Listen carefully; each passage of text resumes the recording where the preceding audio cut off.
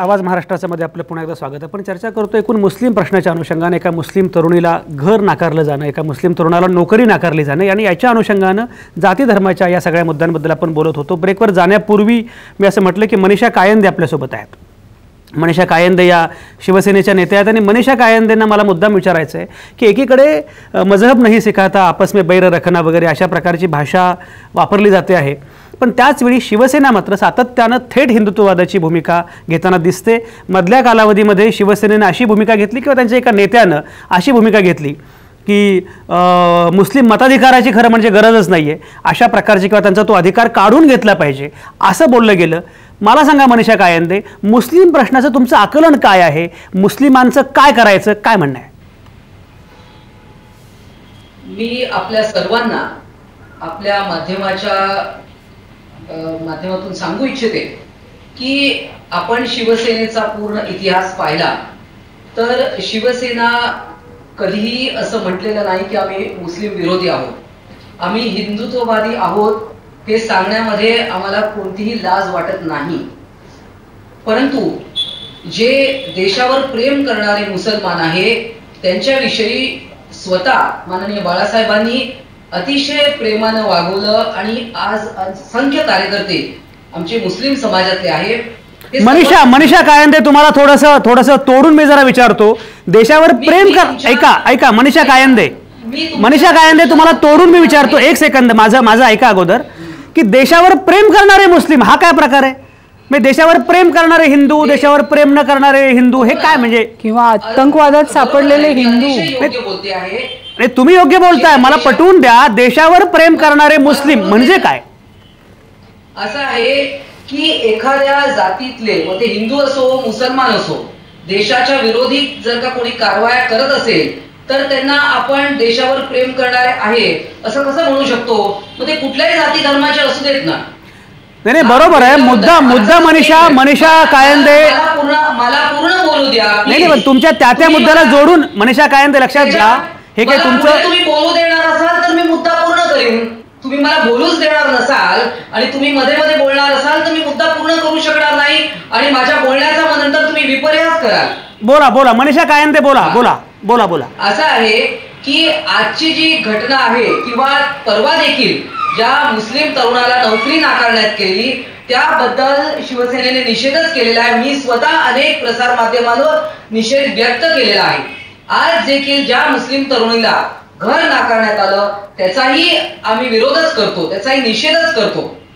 पण त्याचबरोबर मी हेही सांगू इच्छिते की आता तुम्ही मुसलमान, आज अनेक जाहिराती बघा की मुस्लिमच हवेत किंवा ख्रिश्चनच हवेत किंवा हिंदूच हवेत, अशा जाहिराती अनेक ठिकाणी सर्रास चालू आहेत।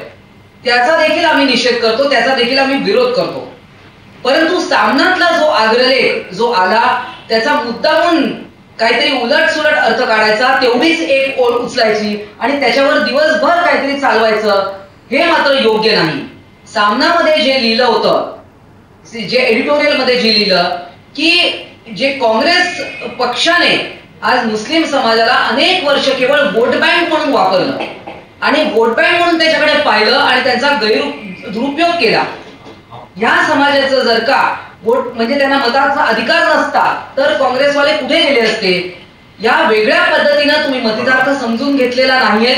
मला असं वाटतं आजच्या चर्चेशी त्याचा काही संबंध नाही। मनीषा कायंदे, तुमचे मुद्दे सगळे पोहोचले। आजच्या चर्चेशी कशाचा संबंध आहे ते मी ठरवतोय। मला निरालिमे, मला सांगा की ही जी भूमिका आहे की मुळामध्ये मुस्लिमांना मताधिकाराची गरज नाही अशा प्रकारची जी भूमिका घेतली ती प्रामुख्यानं काँग्रेसनं जो गैरवापर केला त्याच्यामुळे घेतलेली आहे असं मनीषा कायंदे म्हणतात। निरालिमे, तुमचं काय निरीक्षण आहे, काय म्हणणं आहे? मला वाटतं मनीषाताईंना मी सांगू इच्छिते की ज्या नजमा हेपतुल्लाजी नुकत्या भाजपमध्ये गेल्या काही वर्षांपूर्वी, त्या अनेक वर्ष काँग्रेस पक्षाच्या खासदार राहिल्या आहेत आणि अशी अनेक उदाहरणं देता येतील। केवळ वोट बँक म्हणून वापरणं वगैरे हे जे शब्द आहेत, मग हे नेते इतके जे काँग्रेस पक्षात आले ते कुठून आले? अनेक खासदार झाले, अनेक आपल्या अंदुलेजींसारखा मुख्यमंत्री महाराष्ट्राला काँग्रेस पक्षाने दिला। असं मला त्याच्या पुढे जाऊन बोलायचं आहे। मगाशी आपण जे म्हणालात की ज्यांचं देशावर प्रेम आहे असे मुसलमान, मला असं वाटतं एक्झॅक्टली कायदा काय सांगतो हे वेगळा गोष्ट आहे, पण समाजात काही प्रघात हे असे तयार होतात, काही मतं तयार होतात. जसं बोलताना अनेक जण म्हणतात की अहो तो मुसलमान आहे पण खूप चांगला माणूस आहे बरं का. तसंच देशावर प्रेम असलेले मुसलमान असं जेव्हा आपण म्हणतो तेव्हा बहुसंख्यांचं प्रेम नाही आहे असं त्यात अध्यारूत होतं. आणि मला असं वाटतं हे जे प्रघात बनत झाल्यासारखं दिसतं त्या अनेक ठिकाणी जाणवतं. जसं आपण वर्तमानपत्रात जर पाहिलं तर जाहिराती कशा येतात ज्या लग्नाच्या वगैरे असतात त्या मॅट्रिमोनियलमध्ये आपण पाहिलं तर की कोणत्याही जाती धर्मातला व्यक्ती चालेल, SC ST क्षमस्व. मला असं वाटतं ही लाईन अनेक बहुतांश 100तल्या 90 ठिकाणी असते. ती का असते?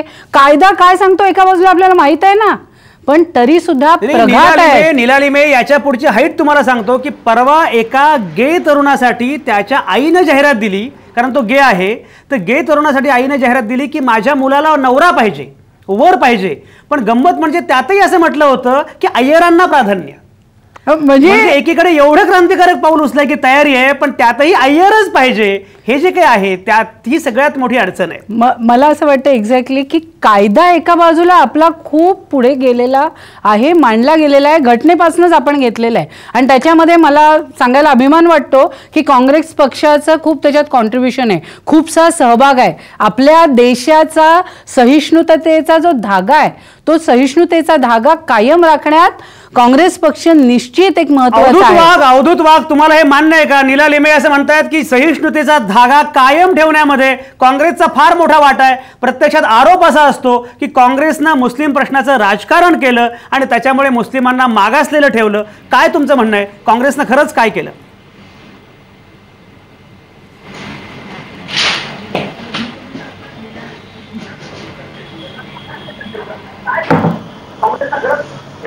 अच्छा, मला वाटतं अवधूत वाघांशी आपला संपर्क तुटलेला आहे. आनंद दवे आपल्यासोबत आहेत. आनंद दवे फोनवरून आपल्यासोबत असणार आहेत. आनंद दवे हे हिंदुत्ववादी संघटनेचे कार्यकर्ते आहेत. आहे ना, थ्रू आहे ना फोन? हां, आनंद दवे आपल्यासोबत आहेत.